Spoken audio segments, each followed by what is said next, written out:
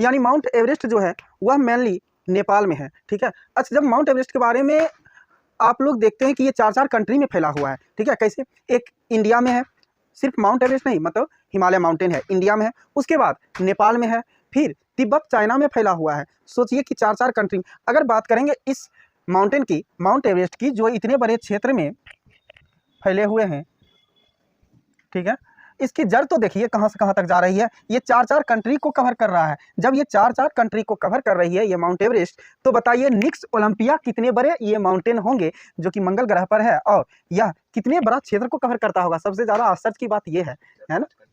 हाँ, तो जबकि कहा गया निक्स ओलंपिया जो है माउंट एवरेस्ट की हाइट से ट्रिपल है, 3 गुना है, 3 गुना। जी हाँ, अब देखिए जब 3 गुना हो जाती है तो इसका अर्थ है मंगल ग्रह पर भी कई कंट्री हो सकते हैं। हाँ, जब इस अर्थ पे, जिस अर्थ पे हम लोग रह रहे हैं, 206 कंट्री लगभग हैं, ठीक है,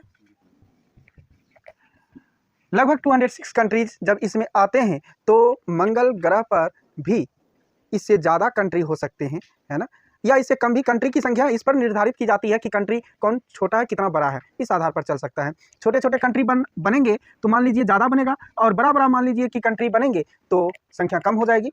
ऐसा ज्योग्राफी की भाषा में इसको डिवाइड कर रहे हैं। यानी मार्स पर हम लोग जा रहे हैं, मंगल ग्रह पर।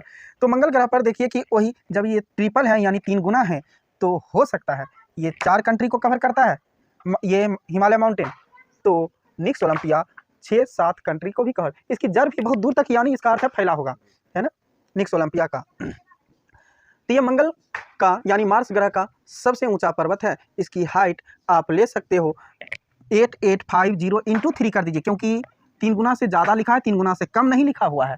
तो इसको मल्टीप्लाई अगर आप करते हैं तो देखिए ये 0 हो जाती है, 15 5 1 कैरी, 8 3 जा 24 1 25 2 और 8 3 जा 24 2 26, लगभग 26,550 मीटर। इसका अर्थ है लगभग, हाँ, 26,550 मीटर और 26 किलोमीटर हो जाते हैं, लगभग हम ले सकते हैं, तो अप्रॉक्स में, ठीक है। तो गौर करिए, जब अप्रॉक्स में 26 किलोमीटर हो जाता है, आश्चर्य नहीं होती है। एक दीवार को खड़ा, है ना, हाँ बिल्कुल, एक दीवार को खड़ा करिए कि 26 किलोमीटर, कोई भी ऊंचा दीवार, वो पहाड़ जैसा कितना ऊपर, माउंट एवरेस्ट को हम लोग तो ऐसे करके सिर ऊपर करके देखेंगे, है ना, ये कितना ऊंचा होता होगा। माउंट एवरेस्ट की क्या बात करेंगे, सिर्फ मान लीजिए बुर्ज खलीफा जो कि 1 किलोमीटर से कम है, 1 किलोमीटर से कम है, सिर ऐसे उचका कर देखना पड़ता है, तब पर भी उसकी टॉप नहीं दिखती है। हाँ, ये सारे माउंटेन दिखेंगे नहीं दिखेगा, क्योंकि आप ये भी पढ़े हैं कि मानव की आंखें जो हैं वह अगर साफ जगह रहे, जैसा कि बताया, वह 3 किलोमीटर के डिस्टेंस तक, यानी 3 किलोमीटर डिस्टेंस तक की दूरी को, या 3 किलोमीटर तक में जो सामान रखा हुआ है उसको देख पाता है मानव की आंखें। तो ये तो ऐसे ही माउंट एवरेस्ट ही लगभग 9 किलोमीटर हो जाता है, हमारी आंखों से 3 गुना हो जाता है। तो माउंट एवरेस्ट की ऊंचाई को नहीं देख सकता है एक बार में मानव, क्योंकि बुर्ज खलीफा को नहीं देख पा रहा है। तो निक्स ओलंपिया की बात ही दूर है ना। बहुत अजीब है, ये भी देखने के बाद लगता है कि कितने कंट्री को ये भी जगह वहाँ पर कवर किया होगा, और कितना दूर तक इसकी जड़ें फैली होगी ये निक्स ओलंपिया की। निक्स ओलंपिया पर इतनी बातें हो गई, मुझे नहीं लगता है कि सौरमंडल का सबसे ऊंचा पर्वत कौन है, निक्स ओलंपिया, ये आपके माइंड से निकलेंगे, क्योंकि धरती पर का सबसे ऊंचा माउंटेन माउंट एवरेस्ट है। तो इसी सौरमंडल में मार्स पर यानी मंगल ग्रह पर जो है वह निक्स ओलंपिया है, माउंट एवरेस्ट से भी 3 गुना ऊंचा।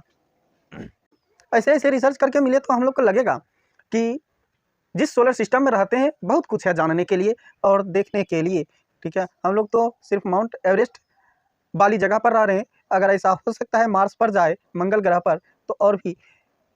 जब ये माउंट एवरेस्ट मिला है तो हो सकता है वहाँ पर ज्वालामुखी भी होंगे, हो सकता है वहाँ पर जीवन की सभ्यता भी रही होगी, और कहीं गड्ढे भी मिलते, क्योंकि एक और जहाँ पर, हाँ, हाइट जहाँ पर रहती है वहीं पर गहराई भी होती है। ये ऊंचे माउंटेन है तो नीचा वाला क्षेत्र भी तो होगा, है ना। इस ढंग से बहुत सारे चीज़ है, और इसके बारे में निक्स ओलंपिया की जानकारी हम लोग को सैटेलाइट के द्वारा मिलती है। वो सैटेलाइट रिसर्च करके उस धरती तक के अंदर कोई ना कोई तो सैटेलाइट ही ने मान लो कि ये दिया है जानकारी कि मार्स प्लेनेट का जो सरफेस है, सतह है, वह रेड कलर का है आयरन ऑक्साइड के कारण। आयरन ऑक्साइड का कलर जनरली जो होते हैं वह एक लोहे के जंग जैसा होता है, ठीक है, इसलिए उसे लाल ग्रह कहते हैं। लाल ग्रह ऐसे नहीं कहा जाता है, यानी आयरन ऑक्साइड की मात्रा मंगल ग्रह पर जो है उसकी सतह पर पाई गई है और ज़्यादा ही मात्रा में, इसलिए वहाँ की धरती लाल ग्रह। हम लोग जिस धरती पर रहते हैं इसकी जनरली कलर लाल नहीं है। कुछ पहाड़ी क्षेत्रों में लाल मिट्टी पाई जाती है, हाँ, है ना, ये लगभग ब्राउन कलर के इस टाइप में आते हैं। पहाड़ी क्षेत्रों में लाल मिट्टी पाई जाती है, कुछ क्षेत्रों में पीली मिट्टी भी पाई जाती है ना, और काली मिट्टी तो हम लोग जानते ही हैं। और ये मिट्टी भी दिस टाइप ऑफ सॉइल जिसकी कलर लगभग ब्राउन होती है ना। तो ऐसे ऐसे हैं। सैटेलाइट इतनी बड़ी जानकारी देती है, बहुत चीज़ है जानने के लिए इसमें। आपके माइंड में यानी अभी तक ये क्वेश्चन चल रहे हैं कि 1600 से लेकर के 1947 तक भारत किस ढंग से गुलामी की जंजीर में बंधा रहा और